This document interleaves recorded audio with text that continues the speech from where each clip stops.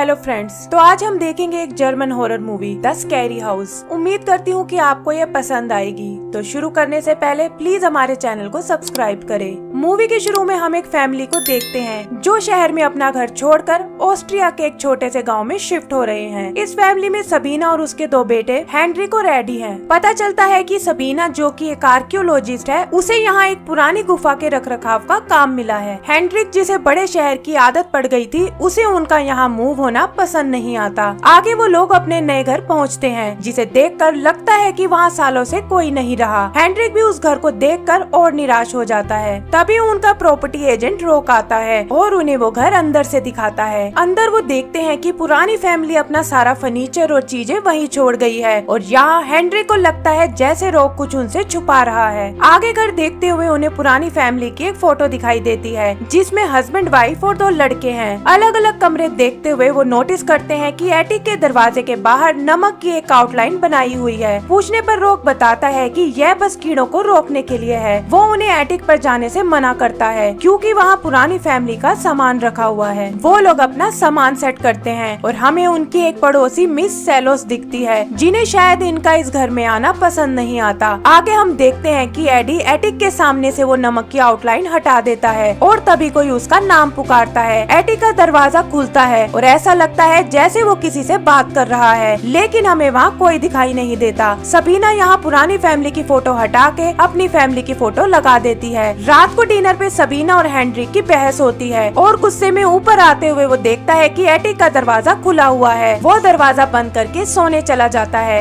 रात को वो देखता है कि एडी उसके कमरे की दीवार पर कुछ ड्राइंग्स बना रहा है, लेकिन उसे कुछ समझ नहीं आता। अगली सुबह वो ग्रोसरी स्टोर से कुछ सामान लेने जाता है और नोटिस करता है कि वहाँ लोग उसे घूर कर देख रहे हैं। वो वापस आकर अपनी माँ को यह सब बताता है, लेकिन उन्हें लगता है कि शायद वो नए नए यहाँ शिफ्ट हुए हैं, इसीलिए लोग ऐसा कर रहे हैं। जान पहचान बढ़ाने के लिए वो अपने पड़ोसी मिस सेलोस से मिलने जाते हैं, लेकिन वो उनसे ज्यादा बात नहीं करती और उन्हें वहाँ से जाने को कहती है। वो गाँव घूमने जाते हैं, लेकिन एडी एक आवाज सुनकर पीछे बनी सेमेट्री में जाता है। हेनरिक भी उसके पीछे जाता है और वो देखते हैं कि वहाँ पुरानी फैमिली के दोनों बेटों राल्फ और रोलैंड की कब्र बनी हुई है। वो लोग वहाँ से निकलकर गांव में बने एक पिकनिक स्पॉट पर आते हैं। वहाँ हेनरिक को एक फ्रेड नाम का लड़का मिलता है जो उससे दोस्ती करना चाहता है। वहाँ से लौटते वक्त फ्रेड उसे बताता है कि जिस घर में वो रह रहे हैं वो हॉन्टेड है। वो बताता है कि कैसे 40 साल पहले एक अमालिया नाम की लेडी ने अपने बेटों राल्फ और रोलैंड को मशरूम में जहर देकर मार डाला था और फिर खुद भी सुसाइड कर लिया था। हेनरिक को उसकी बातों पर यकीन नहीं होता और वो घर आ जाता है। रात को डिनर बनाते वक्त एडी को सिमेट्री में एक लेडी दिखाई देती है जो उन बच्चों की कब्र पर मोमबत्ती लगा रही है। सोते वक्त हेनरिक देखता है कि मिस सेलोस अपने घर के बाहर वैसी ही नमक की आउटलाइन बना रही है जैसी उनके एटिक के बाहर थी। वो कुछ सोचकर इंटरनेट पर 40 साल पहले हुए उस मर्डर के बारे में ढूंढता है और उसे पता चलता है कि फ्रेड असल में सच बता रहा था। हेनरिक को यकीन होने लगता है कि यह घर हॉन्टेड है और वो अपनी माँ को इस बारे में बताता है, लेकिन वो इसे मजाक में टाल देती है। रात को सबीना देखती है कि किसी ने उनकी फैमिली फोटो हटाकर पुरानी फैमिली की फोटो लगा दी है। आगे उसे अपनी फैमिली फोटो एडी के बेड के नीचे मिलती है, लेकिन वो कुछ समझ नहीं पाती। इधर हेनरिक को एक सपना आता है जहाँ वो अमालिया को एटिक में खड़े हुए देखता है। उसकी आँख खुलती है और वो देखता है कि एडी फिर से उसकी दीवार पर कुछ ड्रॉ कर रहा है और साथ ही साथ किसी दूसरी भाषा में कुछ बोल रहा है। वो फोन से उसकी वीडियो बनाते हुए उसके पास जाता है और उसकी बदली हुई आंखें देखकर डर जाता है। आवाज सुनकर सबीना वहाँ आती है और एडी को वापस उसके रूम में ले जाती है। हेनरिक उस ड्राइंग को ध्यान से देखता है और उसे पता चलता है कि एडी ने दीवार पर गोब लिखा हुआ है। वो फ्रेड से इस बारे में बात करता है और उसे एडी की वीडियो भी दिखाता है। फ्रेड उसे कहता है कि ये स्लोवेनियन भाषा है और उसकी मदद करने के लिए उसे ईडा नाम की लड़की के पास ले जाता है। ईडा उसे बताती है कि वीडियो में एडी अपनी मोम को निर्दोष बता रहा है। वो लोग समझ जाते हैं कि अमालिया के बेटे की आत्मा एडी के थ्रू उन्हें कुछ बताना चाहती है। वो लोग बाद में मिलने का प्लान बनाते हैं ताकि इसकी तह तक जा सके। आगे घर में एडी को फिर एक आवाज आती है जो उसे रोलैंड कहकर बुला रही है। वो उठता है और आवाज के पीछे बाहर चला जाता है। सबीना और हेनरिक के ढूंढने पर वो उसे उसी कब्र के पास सोता हुआ मिलता है। उस रात हेनरिक एडी के पास ही सोता है ताकि उस पर नजर रख सके।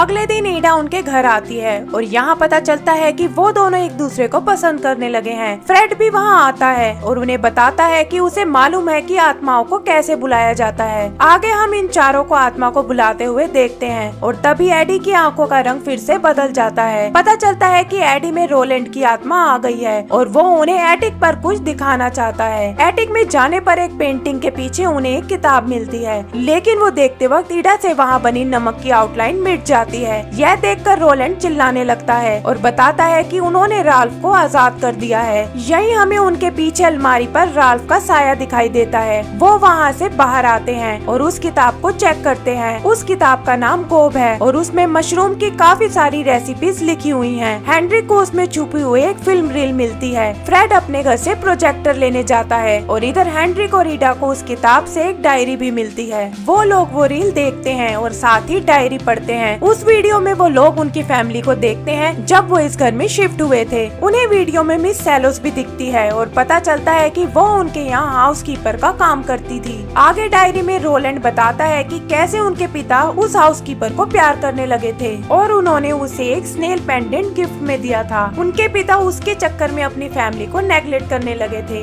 यह सब देखकर उन लोगों को लगता है कि अमालिया और उसके बच्चों के मारने में शायद मिस सैलोस का ही हाथ है और वो छुपकर उसके घर में तहकीकात करने जाते हैं। लेकिन तभी मिस सैलोस वापस आ जाती है और वो लोग पकड़े जाते हैं। वो लोग डायरेक्टली उससे राल्फ और रोलैंड के बारे में पूछते हैं और सैलोस उन्हें बताती है कि उनके मरने से पहले ही वो उनके यहाँ नौकरी छोड़ चुकी थी। घर आकर हेनरी को अचानक शीशे में राल्फ का साया दिखाई देता है और उस रात वो सपने में अमालिया और उसके बच्चों को देखता है। आगे एडा को भी हेनरिक में एक जगह राल्फ की छाया दिखती है। वो समझ जाते हैं कि रोलैंड एडी को और राल्फ हेनरी को यूज करके उन्हें अपने असली किलर तक ले जाना चाहते हैं। उस रात वो दोनों हेनरिक के साथ उसी के घर पर रुकते हैं। रात को राल्फ फिर से हेनरिक में आता है और ईडा और फ्रेड को बताता है कि वो अपना बदला लेने आया है। आगे पता चलता है कि उस गांव में एक फेस्टिवल मनाया जा रहा है और ईडा हेनरिक और उसकी फैमिली को भी उसमें आने को कहती है। रात को घर से निकलते वक्त हेनरिक देखता है कि एक गाड़ी उस सेमेंट्री की तरफ जा रही है और वो भागकर उसके पीछे जाता है। वहाँ वो उसी औरत को देखता है जो एडी को दिखी थी और उसे उसके गले में वही स्नेल पेंडेंट भी दिखता है। वो ईडा और फ्रेड को फोन करके ये बताता है और छुपकर उस लेडी की गाड़ी में बैठ जाता है। इधर पार्टी में ईडा और फ्रेड को मिस सैलोस से पता चलता है कि उसके काम छोड़ने के बाद एक नई हाउसकीपर अमालिया के यहाँ काम करने आई थी। वो समझ जाते हैं कि किलर मिस सैलोस नहीं बल्कि वो नई हाउसकीपर है जिसके साथ हेनरिक गया है। ईडा साइकिल से हेनरिक की बताई लोकेशन की तरफ चलने लगती है। हेनरिक भी उसी लेडी के घर पहुँचता है और छुपकर उसके घर की तलाशी लेने लगता है, जहाँ एक बार फिर उसे राल्फ दिखाई देता है। एक ड्रॉर चेक करने पर उसे कुछ लेटर्स मिलते हैं जो राल्फ के डैड ने लिखे थे। उसमें वो कह रहे हैं कि राल्फ और रोलैंड के लिए उन्हें उसे छोड़ना होगा। हेनरिक को ये यकीन हो जाता है कि इसीलिए शायद इस हाउसकीपर ने अमालिया और उसके बच्चों को मार डाला था। वो लेटर पढ़ ही रहा होता है कि वो बूढ़ी औरत वहाँ आ जाती है और उसे देखकर राल्फ के नाम से पुकारती है। हेनरिक भागता है और बाहर उसे उनका प्रॉपर्टी एजेंट रॉक मिलता है। यहाँ पता चलता है कि यह रॉक का ही घर है और वो बूढ़ी औरत असल में उसकी माँ है। हेनरिक वहाँ से भागता है, जहाँ रास्ते में उसे ईडा मिलती है। वो उसे बताता है कि रॉक असल में रोलैंड के पिता का सौतेला बेटा है और उसकी माँ ने राल्फ और रोलैंड को मारा था। तभी वहाँ रॉक आता है और एक गन लेकर उनका पीछा करता है। वो दोनों उससे भागते हुए उसी गुफा में आते हैं जहाँ हेनरिक की माँ काम करती है। रॉक उन्हें वो लेटर वापस देने को कहता है, लेकिन उससे छुपते हुए ईडा और हेनरिक गुफा में बनी एक जगह में गिर पड़ते हैं। वो देखते हैं कि वहाँ काफी पानी भरा हुआ है जो धीरे धीरे बढ़ रहा है। यही हेनरिक का पैर एक चट्टान में फंस जाता है और वो दोनों रॉक से मदद मांगते हैं, लेकिन रॉक उन्हें मरने के लिए वहीं छोड़कर बाहर चला जाता है। हेनरिक किसी तरह ईडा को वहाँ से निकालकर बाहर भेजता है ताकि वो मदद ला सके। वो भागकर रॉक के घर पहुँचती है क्योंकि उसे पता है कि फ्रेड पुलिस को लेकर वहीं आ रहा है। रॉक भी वहाँ आता है और पुलिस को देखकर भागने की कोशिश करता है, लेकिन पकड़ा जाता है। आगे पुलिस की मदद से वो लोग हेनरिक को सही सलामत बाहर निकाल लेते हैं। तभी रोलैंड एडी की बॉडी में आता है और उस बूढ़ी औरत का सामना करता है। रॉक के मना करने के बावजूद वो औरत अपना गुनाह कबूल कर लेती है। वो बताती है कि वो बच्चों को नुकसान नहीं पहुंचाना चाहती थी और सिर्फ उनकी माँ को मारने वाली थी। एंड सीन में हम देखते हैं कि सबीना और उसकी फैमिली की लाइफ नॉर्मल हो गई है और उन लोगों ने अमालिया और उसकी फैमिली का एक नया मेमोरियल बनाया है। वहीं हम अमालिया और उसके बच्चों की आत्मा को भी देखते हैं जो शायद उन्हें थैंक यू बोलने आए हैं। और इसी के साथ हमारी मूवी खत्म हो जाती है। तो दोस्तों, अगर आपको ये मूवी पसंद आई हो तो प्लीज हमारे चैनल को सब्सक्राइब करें। Thank you.